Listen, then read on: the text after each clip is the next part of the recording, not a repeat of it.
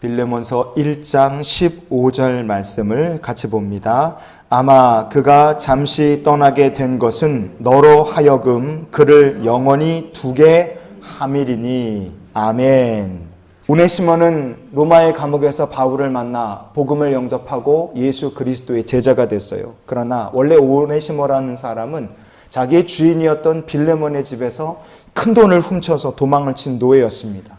여러분, 이렇게 한번 생각해 보십시오. 노예가 자기 주인의 집에서 큰 돈을 훔쳐서 도망을 쳤다. 이것을 세상 사람은 절대로 그렇게 일을 한 오네시모가 잠시 떠나게 된 것이라고 말하지 않을 겁니다. 그렇게 말할 세상 사람은 아무도 없어요. 도망을 쳤다 얘기하지, 어떤 사람이 오네시모 같은 일을 한 사람을 가리켜 그가 잠시 떠나게 됐다, 그렇게 말할 사람이 세상 어디에 있겠습니까? 그러나 바울은 오네시모가 주인의 돈 훔치고 도망을 친 그 사건을 가리켜 잠시 떠나게 된 것이라고 빌레몬에게 얘기를 한 거예요. 그리고 그런 일이 일어난 이유가 무엇이냐? 빌레몬에게 이렇게 설명하는 겁니다. 야, 빌레몬아, 너의 종이었던 오네시모가 돈 훔쳐서 도망갔다가 로마의 감옥에서 나를 만나고 그리스도의 제자가 되어 이제 주 안에서 한 동역자여 형제가 된 것은 그를 너의 곁에 영원히 두시기 위한 하나님의 계획이었다고 빌레몬에게 사도 바울이 이 서신을 써서 보내준 겁니다.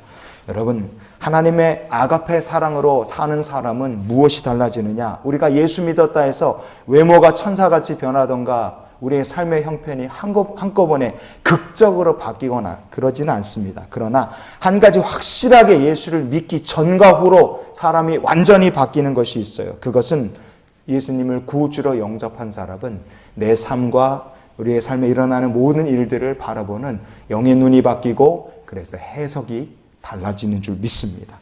바울이 이렇게 삶의 모든 것을 바꾸고 오네시모 같은 일들도, 그리고 자기의 삶에 일어난 모든 일들도 하나님의 뜻 가운데서 그가 바라보고 해석할 수 있었던 것은 그가 경험한 하나님은 용서의 하나님이셨기 때문에 그렇습니다.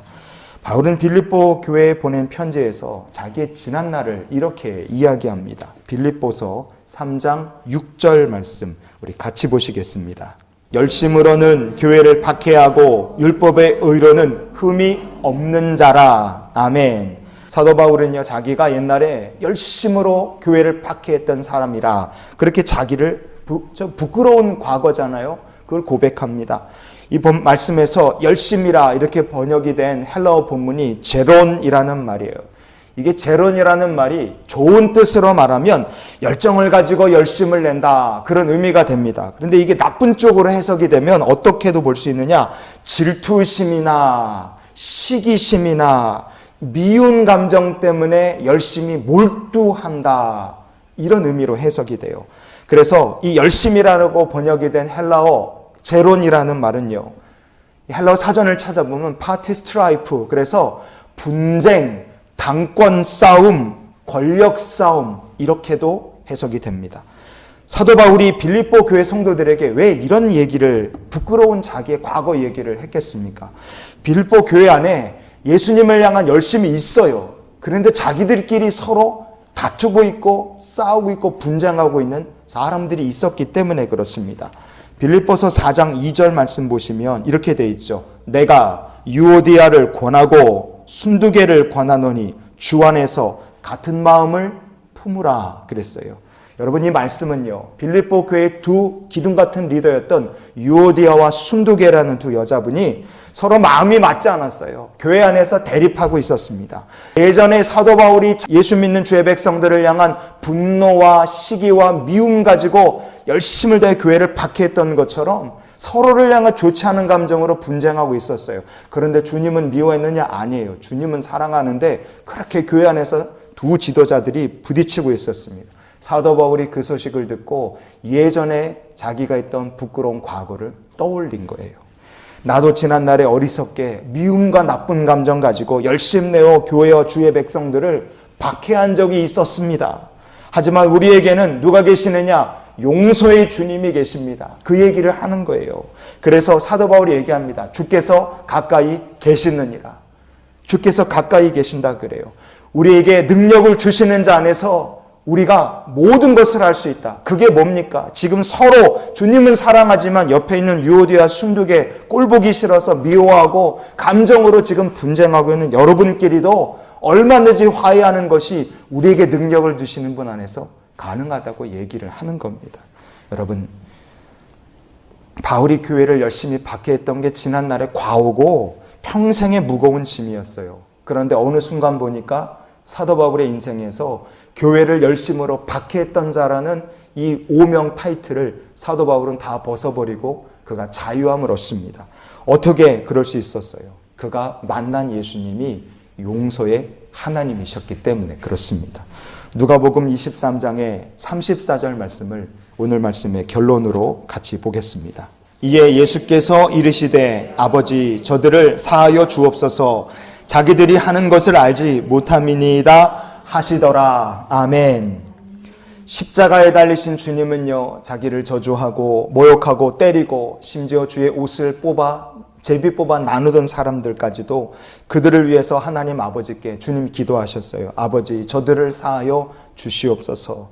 자기들 하는 거 알지 못하기 때문에 저러고 있습니다. 주님 기도하셨습니다. 사도 바울이 오네시모는 너와 영원히 함께하기 위해서 돈을 훔치고 도망을 친 거지만 세상 사람들은 도주노에 붙잡히면 죽일 사람이라고 말하지만 나는 오네시모가 그렇게 한 것이 너를 잠시 떠났다가 하나님께서 영원히 그를 너의 곁에 주시기 위함이다. 사도 바울은 그렇게 빌레몬에게 얘기를 했습니다. 바울이 이렇게 말할 수 있게 된 것은 그의 평생에 바울과 함께 하신 예수님은 바울을 용서하시고 보는 눈을 바꿔주시고 해석이 달라지고 입술의 고백이 달라지게 인도하신 은혜의 주, 구원의 주님이셨기 때문에 그렇습니다. 여러분, 사람을 진짜로 바꾸는 것이 무엇일까? 기적일까? 아니에요. 기적을 체험해도 변하지 않는 사람도 있습니다. 축복을 많이 받으면 사람이 바뀔까? 아니에요. 매일매일 하나님의 축복 속에 살았어도, 기적 속에 살았어도 광야에서 변하지 못한 사람들 많았습니다. 여러분, 정말 우리의 삶이 변화되는 것은 용서의 하나님, 은혜의 하나님을 만나는 것이 사람이 근본적으로 바뀌는 축복의 길인 줄 믿습니다. 그래서 우리가 이런 기도로 오늘을 살았으면 좋겠어요. 하나님, 오늘도 용서의 하나님께서 저를 만나 주시고 그 사랑 안에 살게 하여 주시옵소서. 용서의 하나님을 만나면 우리가 삶을 바라보는 시선이 바뀌고 해석이 바뀌고 고백과 행동이 바뀌게 될 줄 믿습니다. 사도 바울처럼 용서의 하나님을 체험하시고 그 주와 동행하시는 귀한 날이 되시기를 예수님의 이름으로 축원을 드립니다.